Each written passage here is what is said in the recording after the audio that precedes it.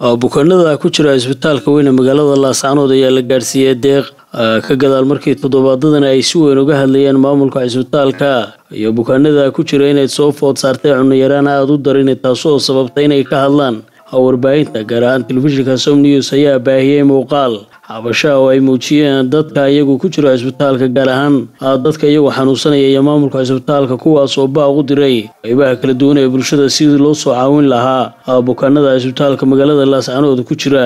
waxaana deeq maanta la soo gaarsiiyay dhammayd $1,200 lagu wareejiyay maamulka isbitaalka iyadoo uu ku wareejiyay Cali Cabdinuur Xaasho oo kamid ah guddida hada iyo jeer taageerta isbitaalka magaalada Laascaanood waxaan doonayaa inaan ku wareejiyo maamulka caafimaadka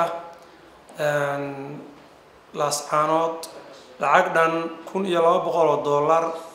lacagtaas oo $1,100 ay soo dirtay Yaasmiin Jaamac Cabdibile oo ay ka soo ururisay dad muxsiniin ah oo isugu jira dad gobolka ka soo jeeda iyo dad gobolka ka soo jeeda gobolada kale ee wadanka ka soo jeeda $100 waxa soo diray Asad Cadaani marka la isku daro lacagta tiradeedu waa $1,200 waxayna noqonaysaa kabkii labada bilood ee kala ah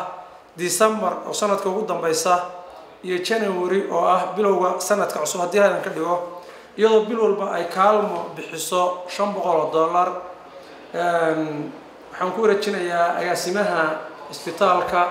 $1,200 ay soo direen dadka muxsiniinta waxaan u ducaynaynaa dadka muxsiniinta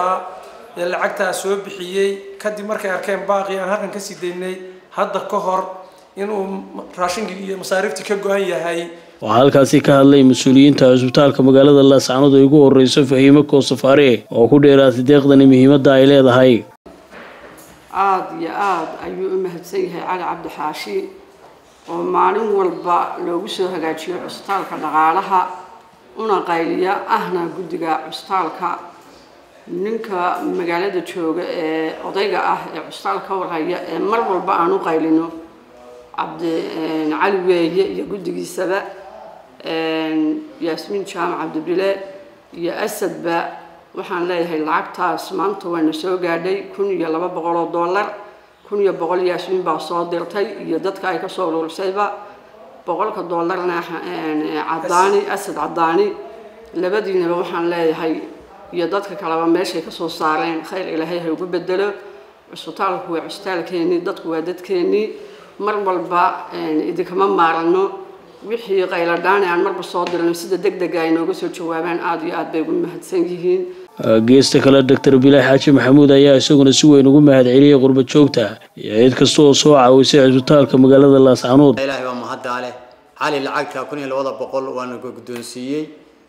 $1,100 waxa soo bixisay Yaasmiin Jaamac Cabdibile $100 waxa soo bixiyay Asad Cadaani إن شاء الله وحن رجينا لوضع قف ودرس الدجانك خير إن الله يسيو تدك كلا ولا عليه هنا الدجانك ودرسنا وسيد الوضع حمل الصو حلين علي عبد النور حاشنا وميلها هي ونقول هي تدك وده استالك تشوفه وقيلين ليه ولا الله يريد إنه تدك وددك إني إلهي بقى عذر كوكاني عافمات كان إلهي بقى بحية ولا الله يريد هلو سود داره لعقت أصلا لواب بلود بكوبيا ترناد يجينو سنة كعصوب لهذا كنا دوي توان كانوا قد جينا وحي قودا لهاين إن شاء الله هدي وحن رجينا خير يبرواقو علينا إن شاء الله أشر يبرواقين لهاي علينا كسيو bukaanada ku jira isbitaalka magaalada Laascaanood ayaa waxay yihiin dad dan yar oo iyagu aan dhaqaale haysanin waxayna ku tiirsan yihiin gacanta bulshada qaybaheeda kala duwan kuwa gudaha jooga iyo kuwa qurbaha ku maqan waxayna had iyo jeer qayladaan u diraan dadka iyagu muxsiniinta ee jecel in la caawiyo waxaana isbitaalka magaalada Laascaanood u baahan yahay gaar ahaan dadka bukaanada in si weyn looga warhayo Abdikariin Nolol Somali News TV magaalada Laascaanood